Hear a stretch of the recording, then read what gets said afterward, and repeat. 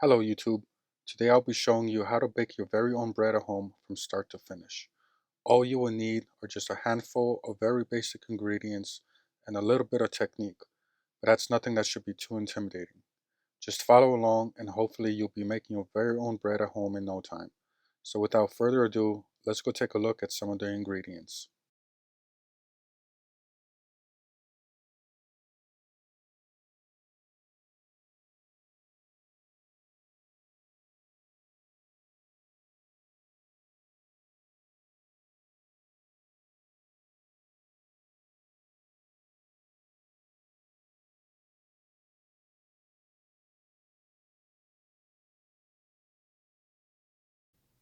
I like to start off my workflow by first mixing all the dry ingredients together.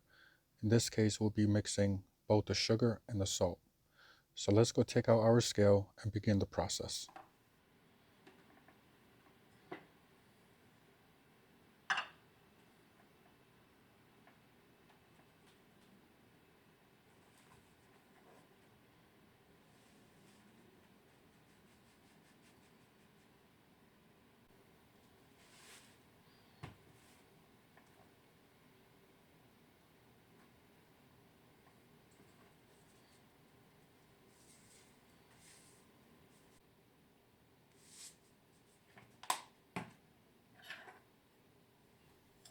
Once you have combined both the salt and the sugar, give the two a good thorough mix. And in the process of doing so, make sure you spill some of it out on your cutting board. Once we are done with our sugar and salt mixture, we can set the two to the side. We will now begin on our water and yeast. In this case, I'll be using filtered water, and once I am happy with my measurement, I'll put my cup in the microwave and heat it up for about 1 minute and 30 seconds. Once it is out, I will take a temperature reading and make sure that it is in a perfect Goldilocks zone prior to adding any yeast. If you do not have a thermometer, don't worry about it. Just do not use cold water and do not use very, very hot water. Yeast likes that perfect Goldilocks zone. Once we are satisfied with the temperature of our water, we can go ahead and throw in an entire packet of yeast. Give it a good stirring and try not to make it look as awkward as I am demonstrating here. Once you are done mixing, set to the side for 5 minutes and we can go ahead and start on our flour.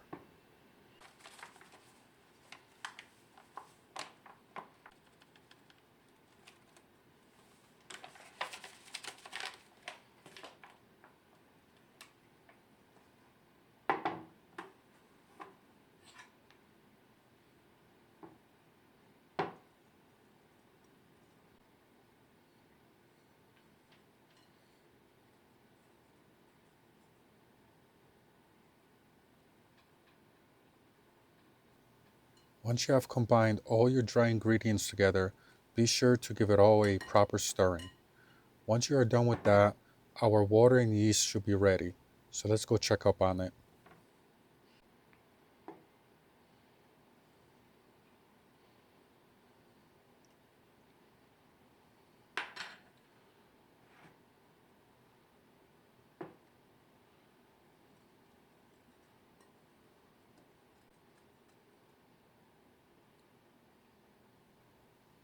Once you have combined all your ingredients into one, give it a good proper stirring for about 3 to 5 minutes. After that, once your dough starts looking a little bit shaggy, you can go ahead and start using your hands. At this stage, don't worry about technique. Just try to mix all the ingredients into one as best as you can.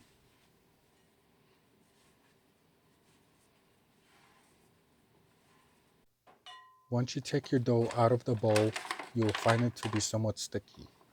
You can add an extra tablespoon of flour just to make it more manageable. It is very important at this stage not to get frustrated nor discouraged. You will find the dough to get stickier and stickier the longer you knead it.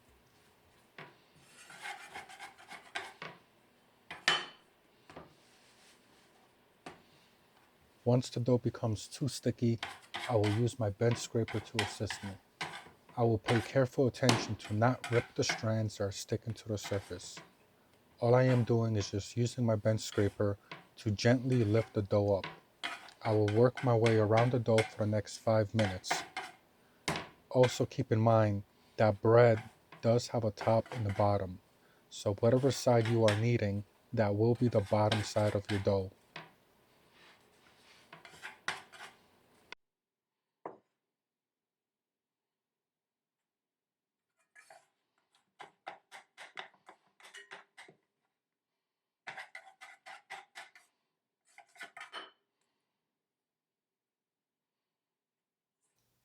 After your first round of kneading, you want to leave your dough out to rest.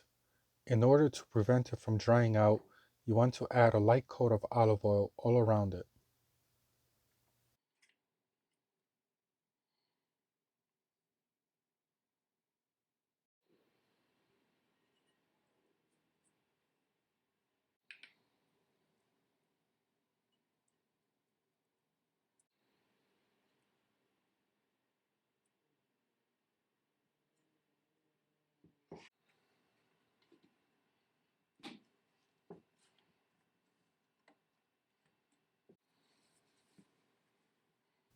You want to place your dough to proof somewhere where it's nice and dark and warm, and for this very reason, I prefer to use my microwave.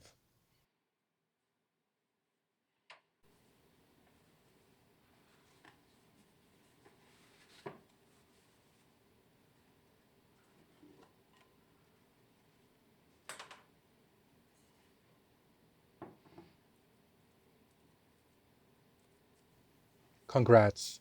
You have survived the first round of kneading. You will now discover that your dough is way more manageable and easier to knead. This is actually my favorite part of the process.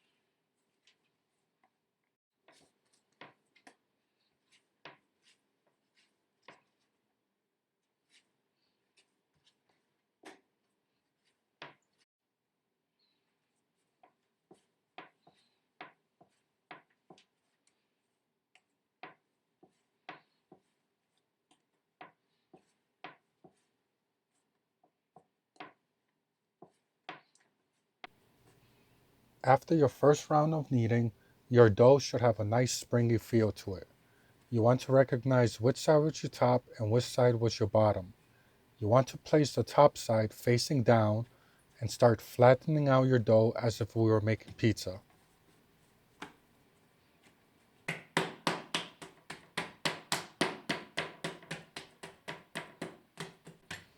After your first fold, you want to use your fingers and press down on the seam, releasing any air that may be trapped in there. You will continue doing these folds until you reach the very end. Once at the end, you will also press down on the seam and make sure to leave your dough with the seam facing down at all times.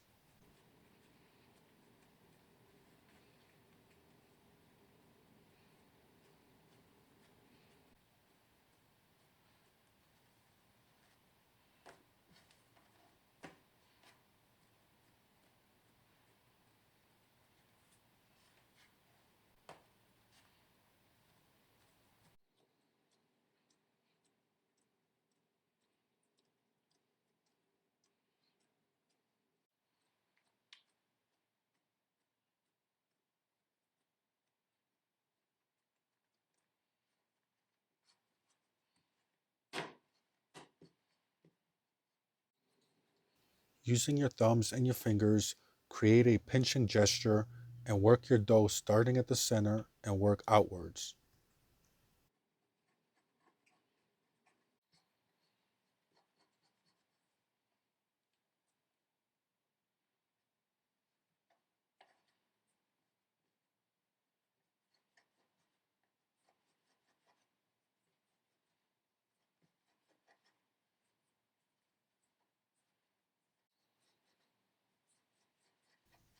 Now that our second round of kneading is complete, we want to let this dough rest. For best results, leave it in the fridge overnight. But for demonstration purposes, we will be proofing this for the next hour to 2 hours. I am also going to apply another coat of olive oil to prevent the dough from drying out.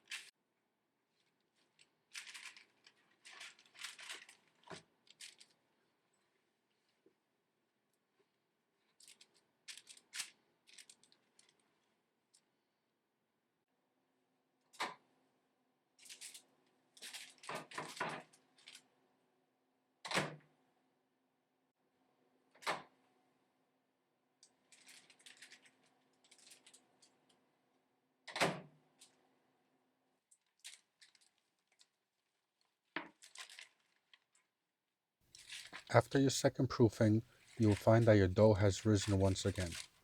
Now is a good time to start preheating your oven. While your oven is being preheated, you can go ahead and start giving your dough its final shape.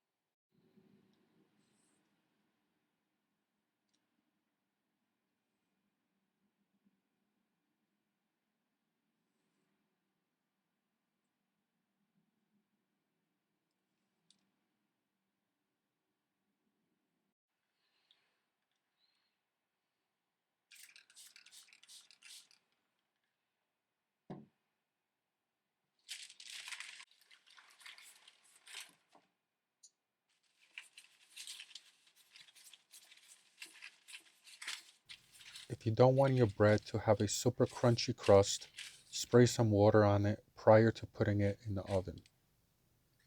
It is also important to give your dough a smiley face because now it's time to bake.